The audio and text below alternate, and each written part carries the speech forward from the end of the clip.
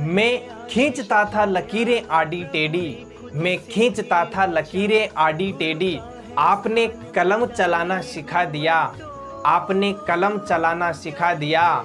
मेरे मन में ज्ञान का दीप जलाकर, मेरे मन में ज्ञान का दीप जलाकर मेरे अज्ञानता के अंधकार को प्रकाशित कर दिया, मेरे अज्ञानता के अंधकार को प्रकाशित कर दिया। जीवन में जो राह दिखाते, जीवन में जो राह दिखाते, जो सही गलत का पाठ पढ़ाते, जीवन में जो राह दिखाते, जो सही गलत का पाठ पढ़ाते, जीवन में सदा आदर पाते और वह कोई नहीं, जीवन में सदा आदर पाते और वह कोई नहीं। वही तो मेरे गुरुजी कहलाते, वही तो मेरे गुरुजी कहलाते। सभी सम्माननीय गुरुजनों के चरणों में सादर नमन, सादर वंदन। सभी विद्यार्थियों को, सभी मित्रों को शिक्षक दिवस की बहुत बहुत शुभकामनाएं। जैसा कि आप सब लोग जानते हैं, हमारे भारत देश में प्रतिवर्ष 5 सितंबर को शिक्षक दिवस मनाया जाता है।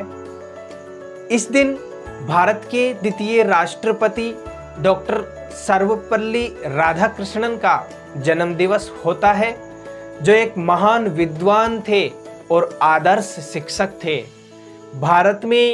भारत देश में 5 सितंबर 1962 से शिक्षक दिवस मनाया जा रहा है। अलेक्जेंडर की एक लाइन बहुत प्रसिद्ध है। उन्होंने कहा था कि मैं जीने के लिए अपने पिता का ऋणी हूँ, मैं जीने के लिए अपने पिता का ऋणी हूँ, पर अच्छे से जीने के लिए अपने गुरु का ऋणी हूँ। यानी इस लाइन का अर्थ ये हुआ कि मेरा जो जीवन है मेरे माता पिता की देन है, लेकिन मेरा जीवन किस पर डिपेंड है? मेरे गुरु के आशीर्वाद पर डिपेंड है, मेरे गुरुजी पर ये मेरा जीवन है वो डिपेंड है। डॉक्टर सर्वपल्ली राधाकृष्णन जो थे, हमारे देश के द्वितीय राष्ट्रपति थे और प्रथम उपराष्ट्रपति भी वो बने थे।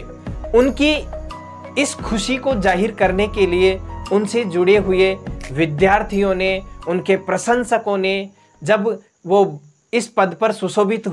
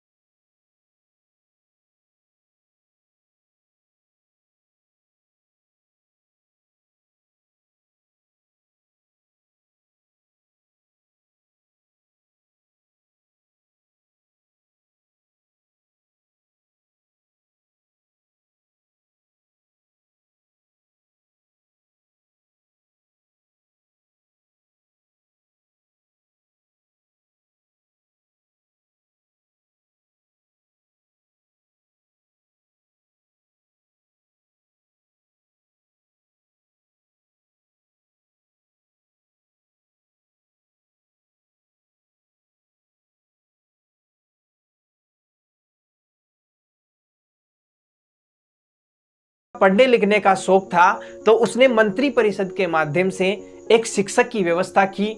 शिक्षक राजा को पढ़ाने के लिए आने लगे।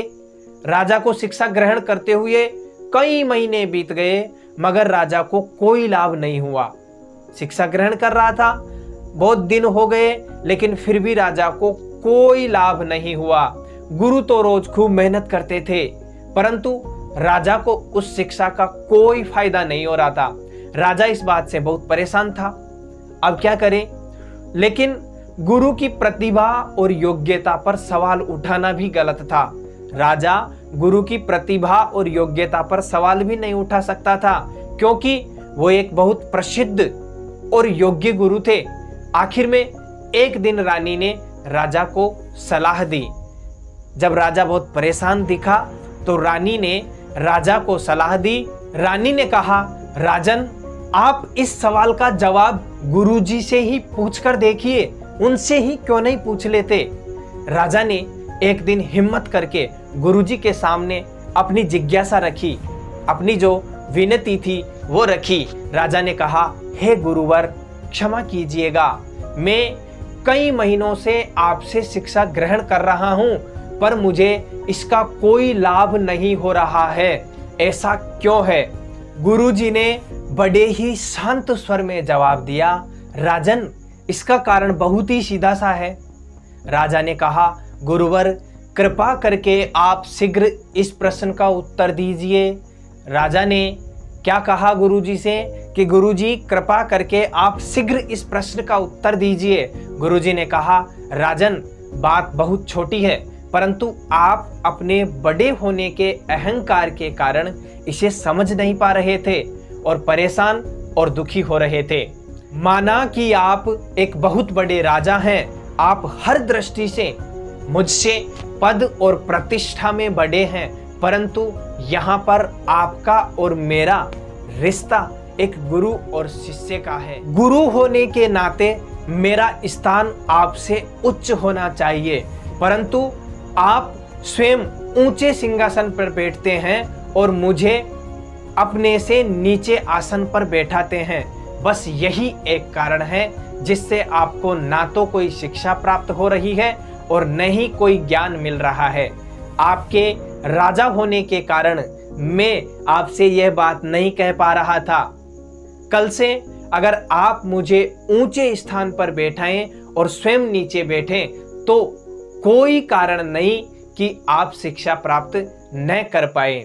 राजा की समझ में सारी बात आ गई और उसने तुरंत अपनी गलती को स्वीकारा और गुरुवर से उच्च शिक्षा प्राप्त की।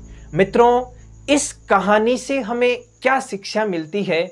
इस कहानी से हमें जो सीख मिली है वो ये मिली है कि हमें हमेशा गुरुजन जो है, हमारे अध्यापक जो हैं, हमारे गुरुजी जो हैं, उनका हमेशा आदर करना चाहिए।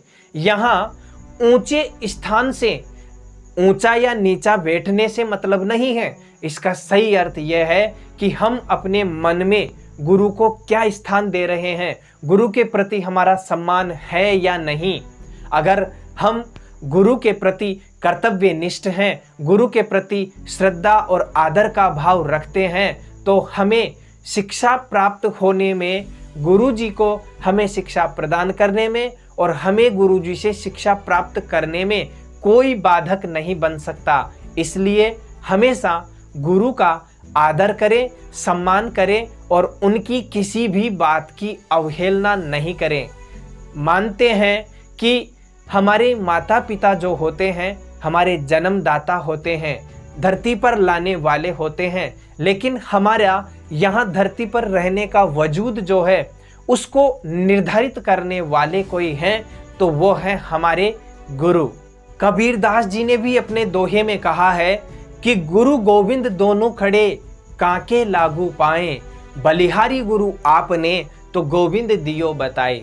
अर्थात गुरु और भगवान एक साथ खड़े हों तो कबीरदास जी ने कहा है कि भगवान भी ये कहते हैं कि गुरु मुझसे भी बड़े हैं। तो दोनों में से अगर आप लोगों के सामने पूछा जाए कि आप किसको नमन करोगे, पहले किसका वंदन करोगे, तो यहाँ कबीर दास जी ने बताया है कि पहले हम हमारे गुरु की वंदना करेंगे, गुरु को नमन करेंगे। तो देखिए, गुरु का जो स्थान है वो तो भगवान से भी बड़ा माना गया है। कहा गया है कि बालक की प्रथम अध्यापक जो होती है, प्रथम गुरु जो होती है वो माँ होती है, लेकिन माँ से भी बढ़कर गुरु को सम्मान दिया गया है, गुरु को पद दिया गया है। तो हम सब गुरु की महिमा को समझें और गुरु का जो आदर है, सम्मान है, उसको बनाए रखें। शिक्षक दिवस के उपलक्ष्य पर मैं आप लोगों को एक बात और बताना चाहूँगा कि यदि आप अपने गुरु के प्रति कर्तव्यनिष्ठ हैं, आदर और सम्मान की भावना रखते हैं, तो ये मेरा विश्वास है और मैं पूर्ण विश्वास के साथ कह सकता हूँ कि आप और गुरु के बीच में कोई दीवार बनने की कोशिश नहीं कर सकता और आपको सफल होने से कोई नहीं रोक सकता। इसी के साथ मैं अपनी वाणी को विराम देता हूँ। आप सभी लोगों को, आप सभी को एक बार शिक्षक दिवस की बहुत बहुत शुभकामनाएं। सभी गुरुजनों को, सभी मित्रों को मेरा प्रणाम स्वीकार हो। For more updates, subscribe to our channel, click the show links and enjoy watching the videos.